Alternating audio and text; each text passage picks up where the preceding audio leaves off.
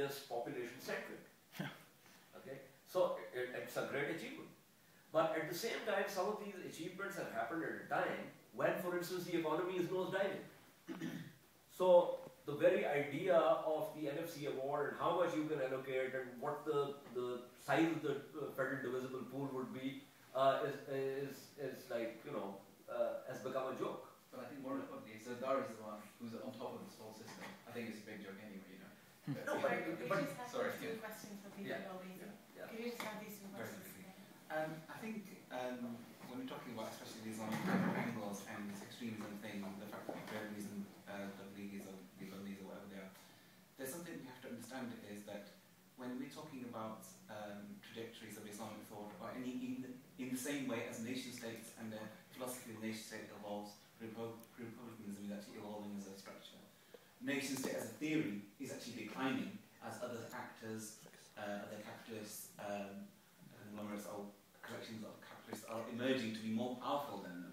So I don't think I don't understand why we are hung up on this nation state issue when the reality is in Europe they go through borders without any problems whatsoever. So I think as a country, Pakistan has to say, well, it doesn't mean being a Pakistani has to, this ideological discussion has to come.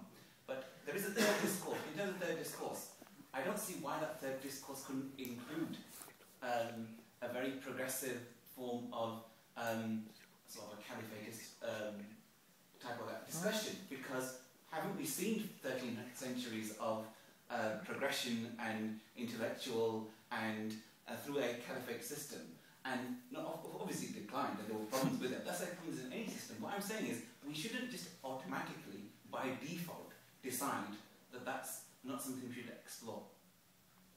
Bearing in mind the amount of things that have come forward. This opens up a Pandora's box. Of course it does. So I agree with the last four questions.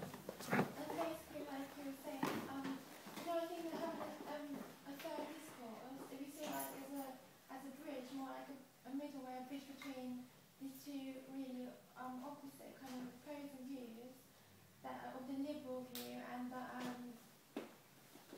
extremist view. You know, I mean, they're not like clear-cut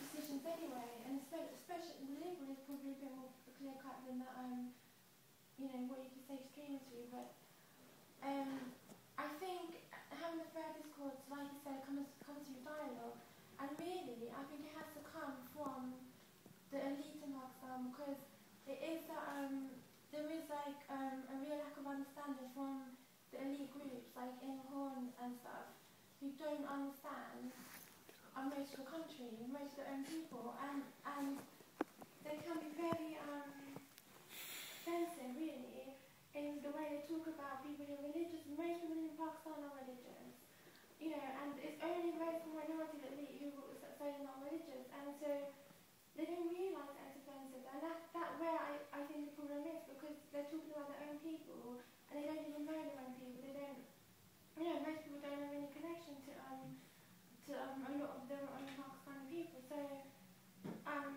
I think it's really those people who are in power. They need to understand that there are legitimate concerns for a lot of people. America is targeting Pakistan, are targeting Muslims around the world. So to have connection with our Muslims is a natural thing, and it's not like it's an unusual thing for many young people in Pakistan to feel this. It's happening all over the world, you know. And you know, my father's from Pakistan, but I grew up in Britain. In the British Muslim community, it's quite normal to feel this connection to other Muslims around the world, and it's not seen as a negative thing. But when I hear, you know, Pakistan, all the Pakistan generation, especially the elite, talk about this very common attitude in Pakistan, it's seen negatively, and I don't see why. I don't see why. Like, it's only because it's linked to terrorism, you know, because America says that. Well, why does the elite have to follow what America says? And I mean, the elite in Pakistan, the government needs to protect Pakistan from America. They don't have to do what America says and attack their own people. What if they didn't do it? America might want Pakistan, but then you know, why should America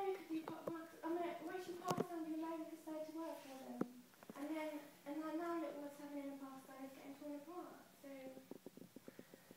okay, one can decide on an organizing principle. There has to be an organizing principle somewhere. And every organizing principle develops its own coercion, even democracies.